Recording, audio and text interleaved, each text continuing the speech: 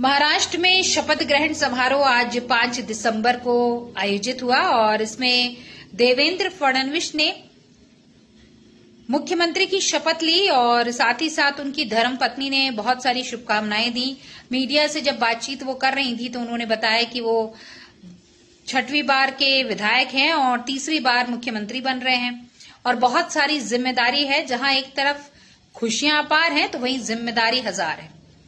और उसके बाद जब मीडिया में सवाल पूछा गया कि लाडली बहना योजना का कितना आपको उसका प्रभाव पड़ा इस चुनाव में, तो उन्होंने कहा नहीं बिल्कुल। और साथ में उन्होंने कहा कि सिर्फ योजना की बात नहीं है, इससे बहनें जो हैं वो उनके इंटरेक्शन में आई, उनसे बातचीत हुई, उन्होंने अपनी समस्याएं बताई और साथ ही साथ उन्होंने ये भी कहा कि हमको बहनों के बीच जाने का मौका मिला और उनके लिए कुछ करने का मौका मिला।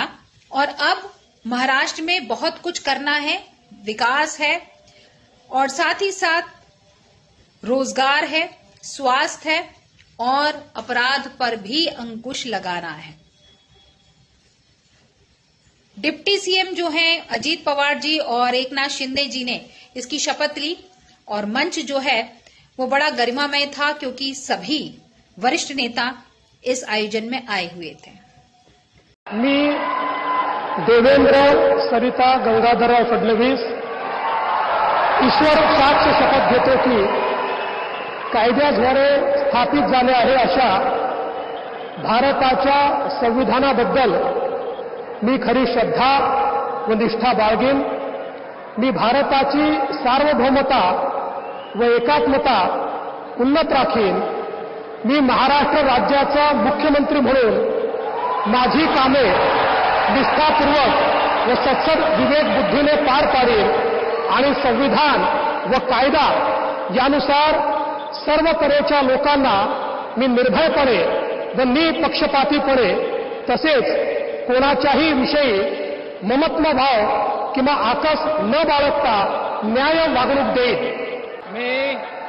मी देवेंद्र सरिता गंगाधरराव फडणवीस ईश्वर साक्ष शपथ घेतो की महाराष्ट्र राज्याचा मुख्यमंत्री म्हणून माझ्या विचारार्थ आणली जाईल किंवा मला ज्ञात होईल अशी कोणतीही बाब असा मुख्यमंत्री म्हणून माझी कामे यथायोग्य पार पाडण्यासाठी आवश्यक असेल ते खेरीज करून एरवी मी कोणत्याही व्यक्तीला किंवा व्यक्तींना प्रत्यक्षपणे व अप्रत्यक्षपणे कळवणार नाही किंवा त्यांच्याकडे उघड करणार नाही। आज बहुत ही सुंदर ऐसा दिन है। आज देवेंद्र जी 6ठी बार एमएलए बन चुके हैं और 3री बार मुख्यमंत्री पद उनको मिल रहा है, उसका आनंद है। पर आनंद से ज्यादा एक जिम्मेदारी का मन में एक अनुभूति है और बहुत से काम है जो महाराष्ट्र के लिए करने हैं उनको और हम सभी को उनका साथ देना है, तो उसकी ज्यादा एक जिम्मेदारी का जो एक एहसास है वो मन में ज्यादा है। यकीनन लाड़की बहन तो बहुत ही सुंदर ऐसा एक प्रोजेक्ट रहा है जिसमें सारी बहनें बहुत प्यार से जुड़ी देवेंद्र जी के साथ, युति के साथ। और ऐसे ही जैसे आप जानते हैं विमेन्स बिल, ताकि हमारा रिप्रेजेंटेशन ज्यादा हो पार्लियामेंट में और पॉलिटिक्स में, वो ऑलरेडी पास हो चुका है और कुछ ही देर है कि ये पूरी तरह से इम्प्लीमेंट होगा। प्रधानमंत्री नरेंद्र मोदी जी, गृह मंत्री अमित शाह, पीयूष गोयल जी भी आए हुए थे, साथ ही साथ जो राष्ट्रीय अध्यक्ष है जेपी नड्डा जी और इसके साथ ही शिवराज सिंह चौहान जी जो कि कृषि मंत्री हैं।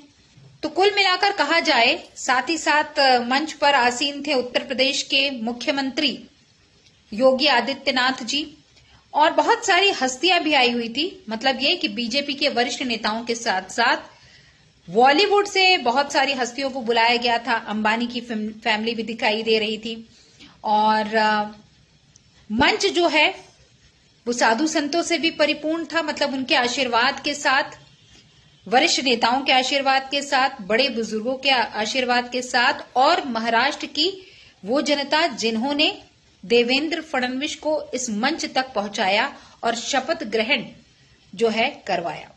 अब जिम्मेदारियां बहुत हैं, काम भी बहुत करना है, लेकिन एक चीज मैं आपको बता दूं कि जिस प्रकार से इलेक्शन के पहले मोदी जी ने कहा था कि दिल्ली में नरेंद्र और महाराष्ट्र में देवेंद्र, ये फॉर्मूला बड़ा सुपरहिट रहा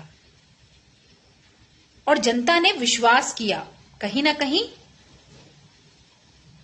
योगी आदित्यनाथ जी का जो फॉर्मूला दिया गया था और पीएम मोदी का, उसे भी जनता ने ध्यान से सुना।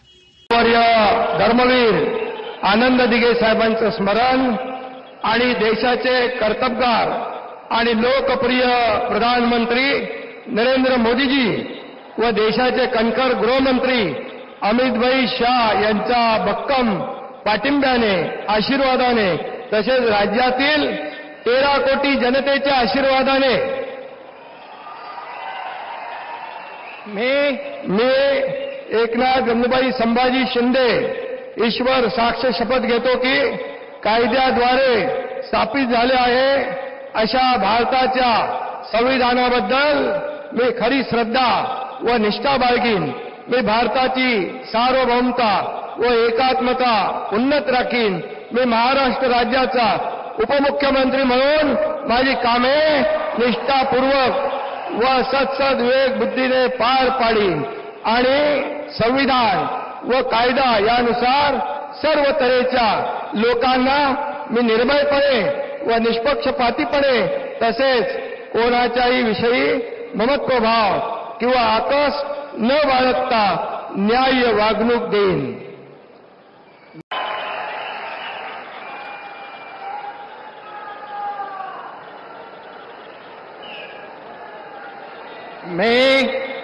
मी अजित आशाताई अनंतराव पवार गांभीर्यपूर्वक प्रतिज्ञा करतो की कायद्याद्वारे स्थापित झाले आहे अशा भारताच्या संविधानाबद्दल मी खरी श्रद्धा व निष्ठा बाळगीन। मी भारताची सार्वभौमता व एकात्मता उन्नत राखीन। मी महाराष्ट्र राज्याचा उपमुख्यमंत्री म्हणून माझी कामे निष्ठापूर्वक व सद विवेक बुद्धीने पार पाडीन आणि संविधान व कायदा यानुसार सर्व तऱ्हेच्या लोकांना मी निर्भयपणे व निपक्षपातीपणे तसेच कोणाच्याही विषयी ममत्वभाव किंवा आकस न बाळगता न्याय वागणूक देईन। मी अजित आशाताई अनंतराव पवार गांभीर्यपूर्वक प्रतिज्ञा करतो की महाराष्ट्र राज्याचा उपमुख्यमंत्री म्हणून माझ्या विचारार्थ आणली जाईल किंवा मला ज्ञात होईल अशी कोणतीही बाब असा उपमुख्यमंत्री म्हणून माझी कामे यथायोग्य पार पाडण्यासाठी आवश्यक असेल ते खेरीज करून एरवी मी कोणत्याही व्यक्तीला किंवा व्यक्तींना प्रत्यक्षपणे व अप्रत्यक्षपणे कळवणार नाही किंवा त्यांच्याकडे उघड करणार नाही। एक बात और देखने में ये आई कि जो शपथ ग्रहण था वो सभी ने अपनी मातृभाषा में, मतलब वहां की जो मातृभाषा है उस राज्य की मराठी लैंग्वेज में शपथ ग्रहण समारोह में शपथ जो है उसे लिया। और मराठी में कहीं ना कहीं संस्कृत का पुट भी मिलता है। और एक चीज और देखने को यह मिला है कि जिस प्रकार से देवेंद्र फडणवीस एकदम मुखर होकर सनातन की बात करते हैं, मुखर होकर भारत की एकता की बात करते हैं, उसका इम्पैक्ट जनता पर पड़ा है। योगी आदित्यनाथ जी का वो जो फॉर्मूला था ना कि बटोगे तो कटोगे, जब जब योगी आदित्यनाथ जी आए महाराष्ट्र में जनसभा को संबोधित करने तो एक नई ऊर्जा का संचार हुआ। और जब जब पीएम नरेंद्र मोदी जी आए उस ऊर्जा को दुगना करके गए, क्योंकि उन्होंने कहा कि एक हो तो सेफ हो। मतलब ये कि आपको संगठित होकर रहना है, बिखरना नहीं है।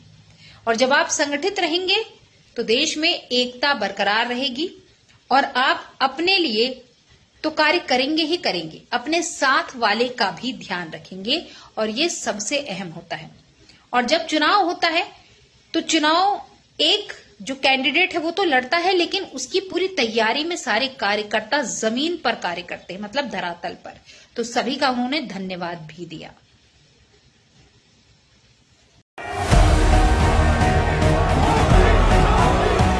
आज महाराष्ट्र में विकासवाद की जीत हुई, सुशासन की जीत हुई, सच्चे सामाजिक न्याय की विजय हुई।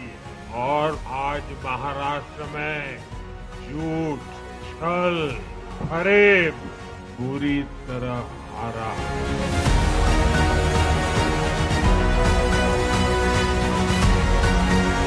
महाराष्ट्र ने डंके की चोट पर कहा है, एक है तो